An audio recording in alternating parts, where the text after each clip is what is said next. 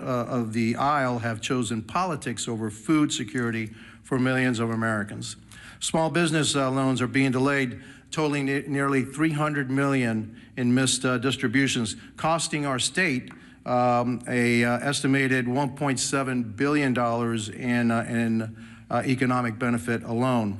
Starting Friday, 10% of the American airspace is going to be reduced because of the shutdowns ahead of the busy holiday season.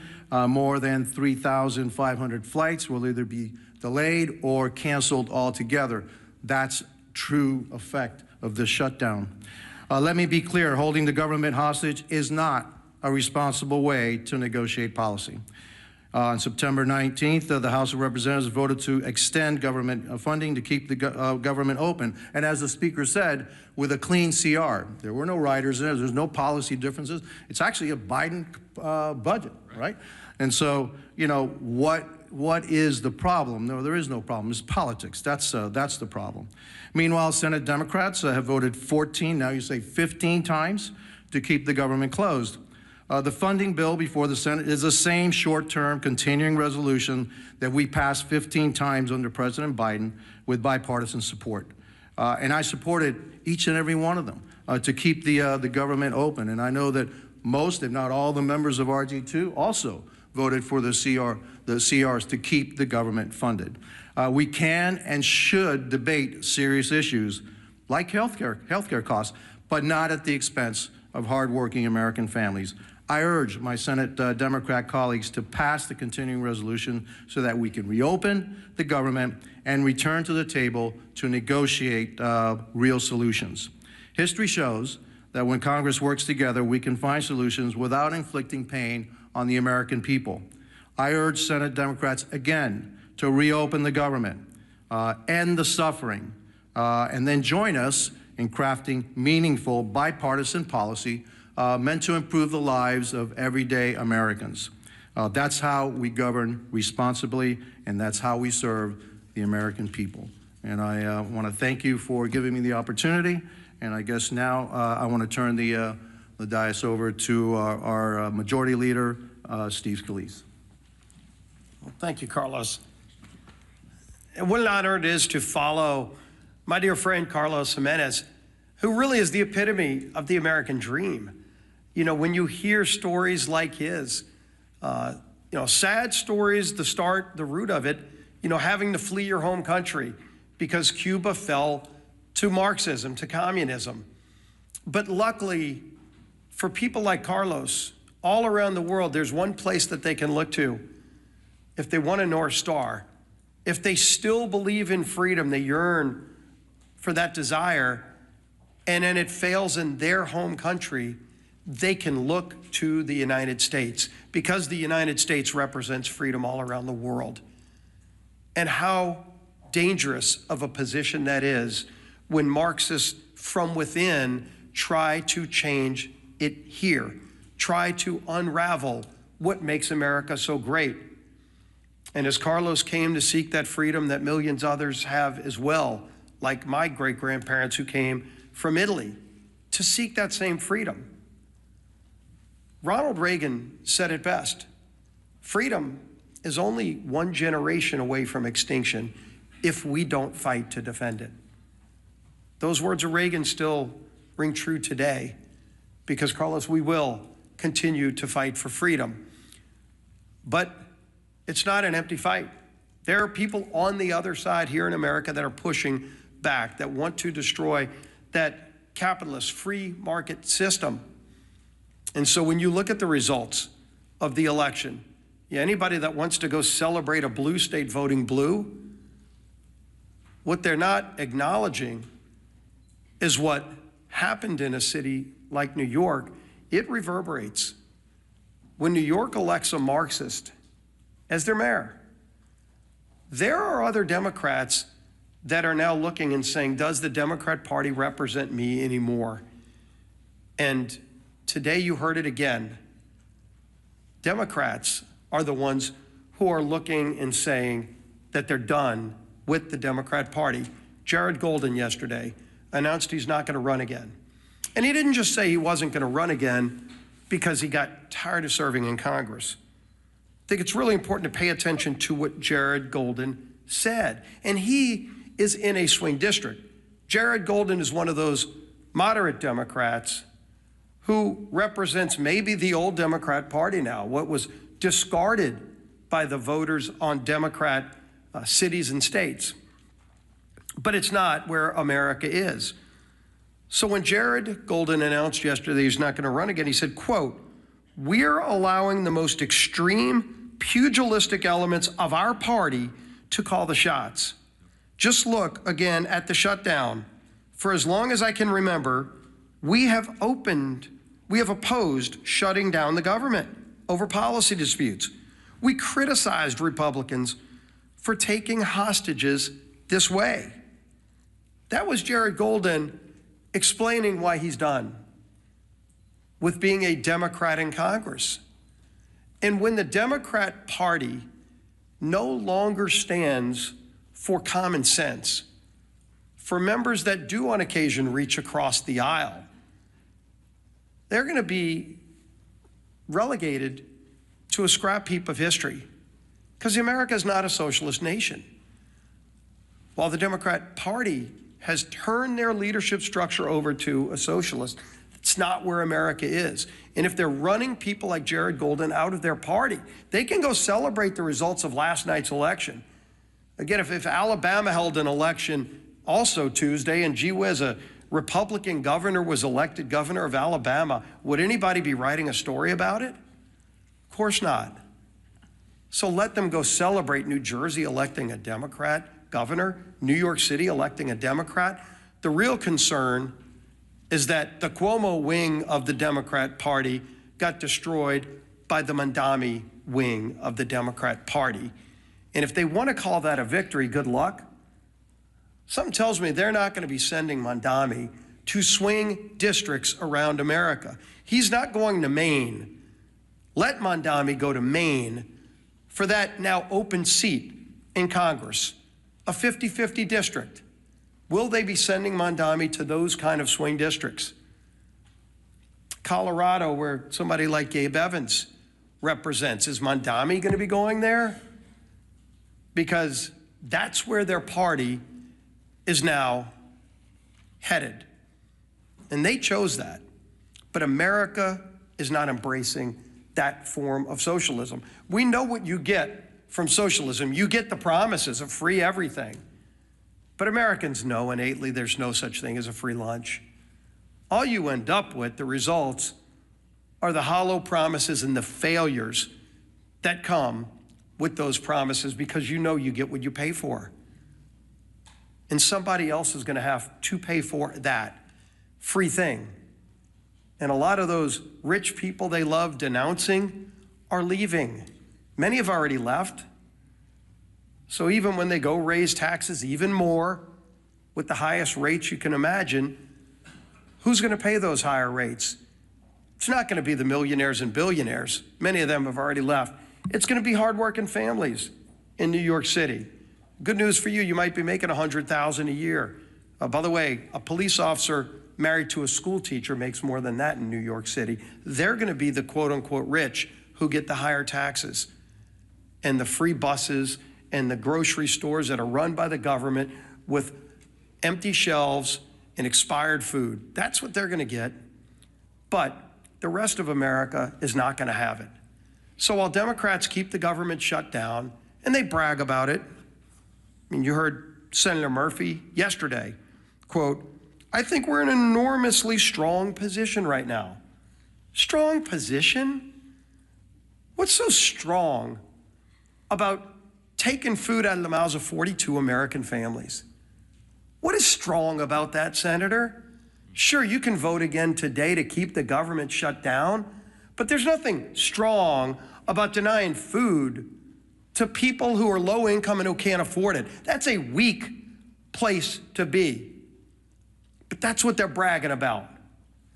When, as we saw, the transportation secretary yesterday said 10% of flights are going to have to be cut back because we don't have enough air traffic controllers because Democrats chose not to pay them. And so people are getting ready to go travel to see their family, hopefully, for Thanksgiving. But they're not going to be able to get that flight. They're going to have to leave a day or two earlier to drive. Maybe they won't be able to fly, but don't worry. Some Democrat senator thinks he's in a stronger position because he's now leveraged Americans as pawns in some game. That's what they think this is. It's disgusting. And the American people are catching on. And so while Democrats applaud socialism being the new wave of their party, the few common sense Democrats left in their party are leaving, running for the exits. Well, you might be able to leave New York City and go to Florida or Texas or somewhere else, but if they destroy America, there's nowhere else to go. That's why we're going to fight for freedom every single day, and their approach to Marxism, socialism, whatever you want to call it, will not prevail in America. Our whip, Tom Emmer.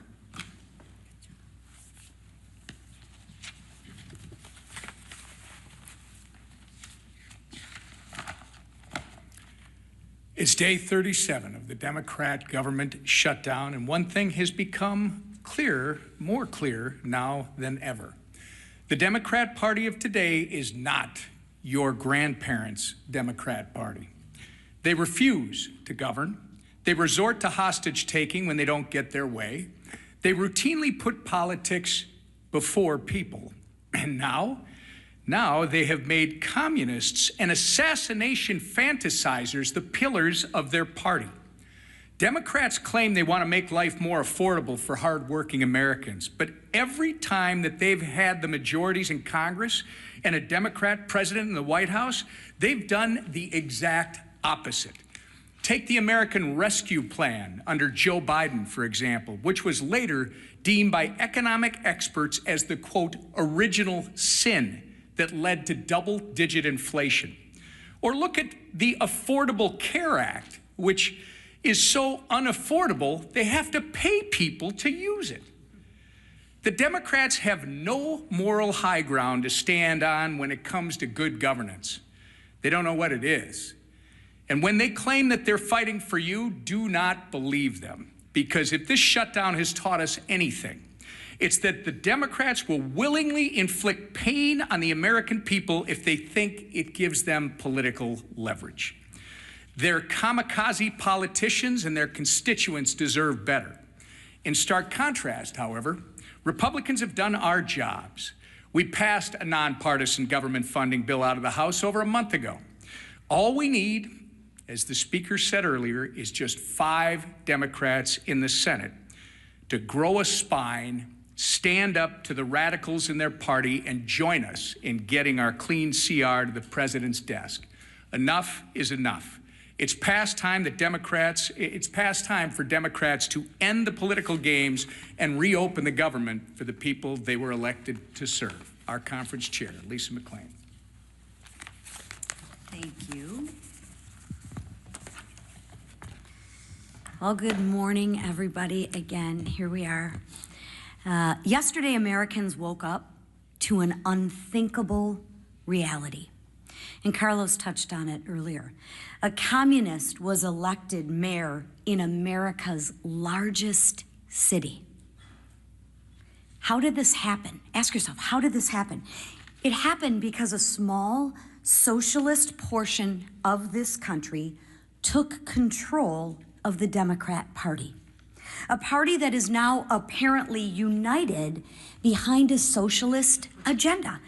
And slogans always seem to start with the same word: free.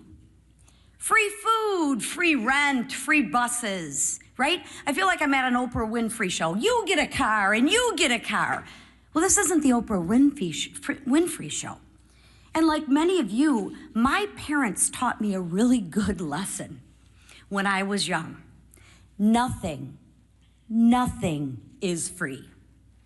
Everything comes with a cost.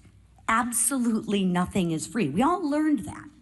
Look no further than the Democrats' disastrous shutdown plan. They want to give free health care to illegals. Come to our country. We'll give you, illegally, mind you, we'll give you free health care on the backs of hard-working Americans. And in demanding that, They're asking for $1.5 trillion in wasteful spending and a painful shutdown.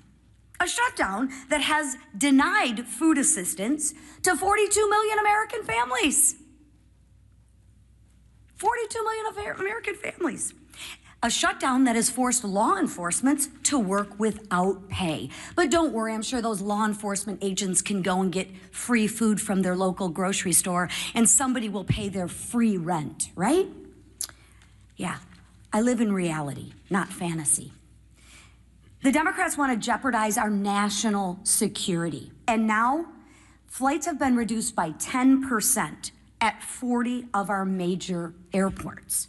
I think air traffic, like when you get on a plane, what's next? Like your plane rides are gonna be free too? I mean, why stop at food and buses? Let's just give everything free.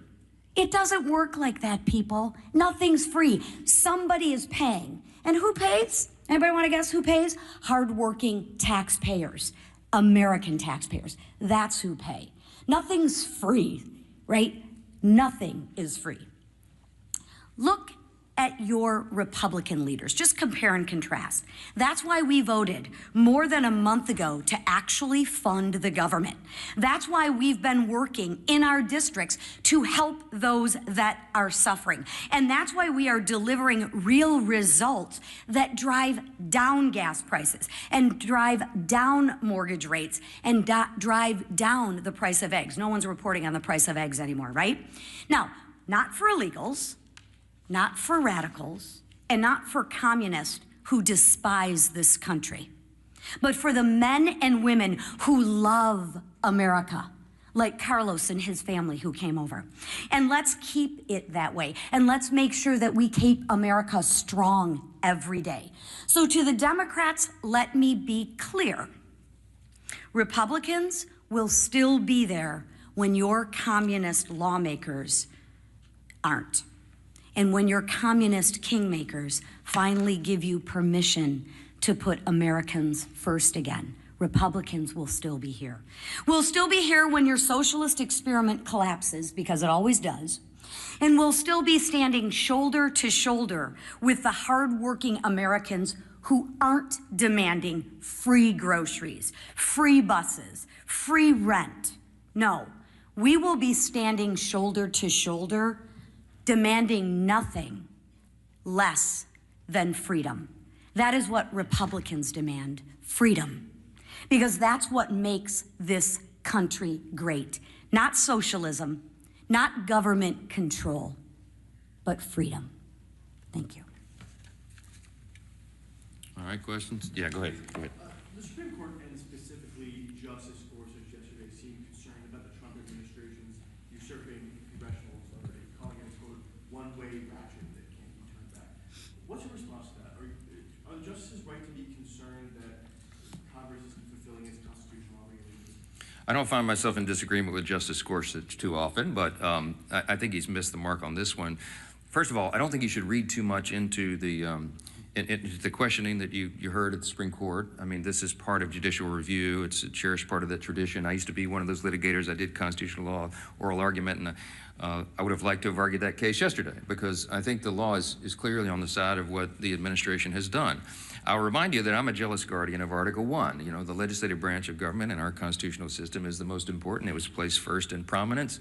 And that's true. And while Congress has a role to play in tariffs and related trade and economic policy, the executive branch does as well. And I think the president has used that well within the bounds of what he's allowed to do, because he's addressing what was truly a crisis for the country. The trade disparity had gone on for decades. It was creating a real imbalance, and it was adversely affecting American people and consumers. Remember that he ran on this idea. He talked about tariffs on the campaign trail, and he got a popular and electoral college mandate in the election. So this is not some surprise. He's fulfilling the promise that he was elected to fulfill in a literal sense. So I think the court has to give deference to that. I think the court has to recognize the executive is doing what they're doing. He's using tariffs to create leverage in our trade strategy, and it is yielding great results for the American people. And heaven forbid if it were reversed, because it would create chaos, which is one of the questions I think Justice Barrett asked, my old friend from Louisiana. I mean, that was an important question, because it would set back all of the strategy and the trade agreements and a lot of the things that have been accomplished for the people. So in summary, I would say, don't read too much into the questions. This is how the process works. I'm sure the court will look at this very carefully and deliberately, as they do, and I expect that we'll have a majority of the court that says that this administration is doing what they have the legal authority to do. If I felt like the executive branch had overstepped its bounds on trade or on the tariffs or something, I would have stepped in. I mean, that's my job as the Speaker of the House over the legislative branch. I would have done it in my own way, to be candid. I would have gone to the president privately and said, hey, sir, enough. I think you're overstepped the bounds. Let's try to figure that out. I wouldn't have publicly had a big spat with him because it wouldn't have been necessary. But that conversation didn't happen because I believe that what he's done is well within the bounds. And so we'll see what the court does. Yes. Thanks, Mr. Speaker. Leader Thune has said on a number of occasions that in exchange for reopening the government, he will promise Democrats a vote on ACA subsidies by a date certain. Will you do the same in the House? He promised it a long time ago, and he was rebuffed. I mean, that's not what this is about. I mean, they've demonstrated over and over and over. Somebody said this is the Seinfeld shutdown. It's about nothing. If you brought in 100 Senate and House Democrats right now and said, what is it about? They wouldn't even give you the same answer. They don't even know. They filed a counter proposal that's $1.5 trillion in new spending with all the crazy abuses that I listed earlier today. That's still sitting out there. That's the counter proposal. Then they tried to say it was about health care. That was never the issue for the September 30th fiscal cliff. That was always a December issue. We always knew, everybody in the building knew, we were going to have to wrestle through that and come to a consensus on a solution on the COVID-era Obamacare subsidies in October, November, December. And ironically, they're eating up all the clock where that would have been done. It's not about any of this. It's about politics, as we explained earlier. They are more afraid of the radical activists who are running the Democratic Party right now than they are of starving families, having families go hungry and having federal workers go without paychecks. That's just a simple fact. So yes, Leader Thune has been over backwards. He's offered them a vote. You know what they told him in response? No, we need you to guarantee the outcome of that vote. Well, that's ridiculous. That can't be done. The House is funded from the Senate. Will you assure the House members that they'll get a vote, House Democrats, they'll get a vote on ACA subsidies by a date certain?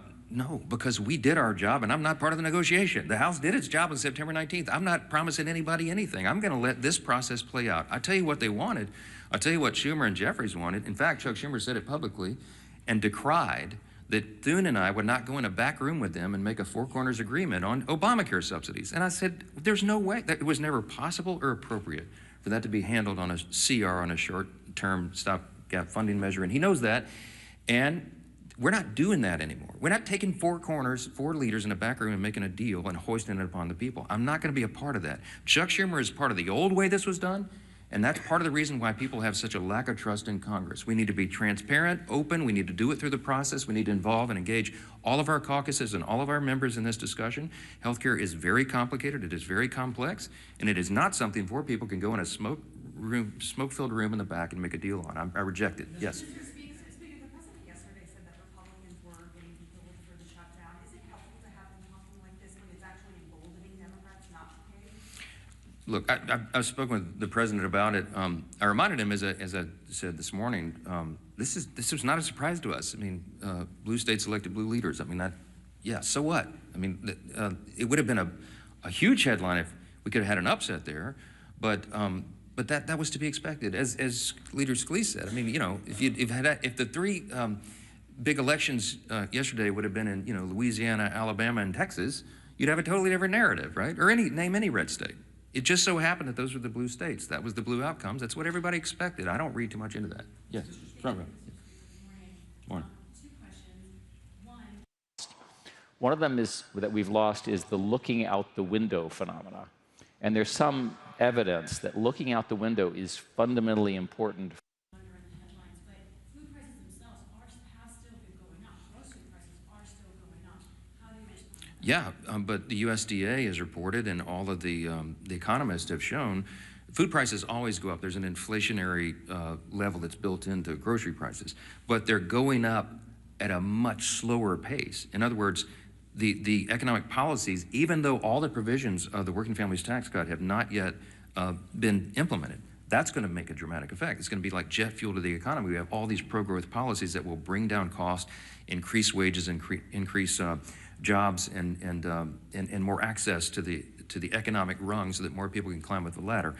But in the meantime, even the fact that we have made these positive steps and momentum, grocery prices are rising at their slowest level in many years. You should look into that.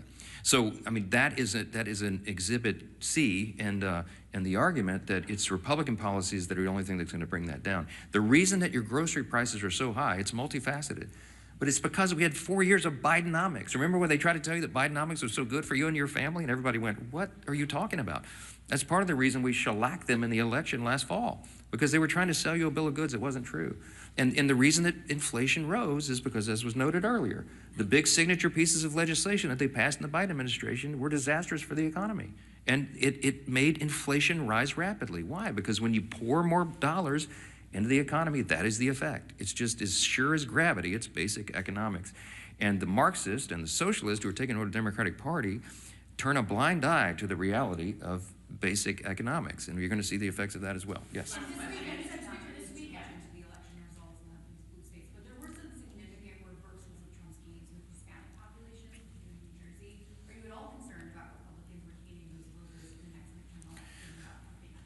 No, I do believe that the demographic shift that we were able to see and experience in the 2024 election will hold. I believe that large numbers of those new voters and these demographics that have not traditionally been with the Republican Party are with us. I will point you to the study that the Democrats themselves paid for that came out, a week or so ago, and they had, I think, hundreds of thousands of respondents to these polls.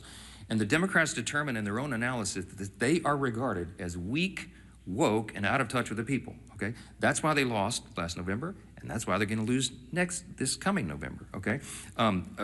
As Carlos Jimenez said, as a Cuban who came here, his family immigrated here, he came here when he was 7. This is the American dream. I know that the Hispanic and Latino populations across this country understand which party is delivering for them, and they're going to feel that positive effect. They're going to feel increased wages and more opportunity, and before they get to that election next fall.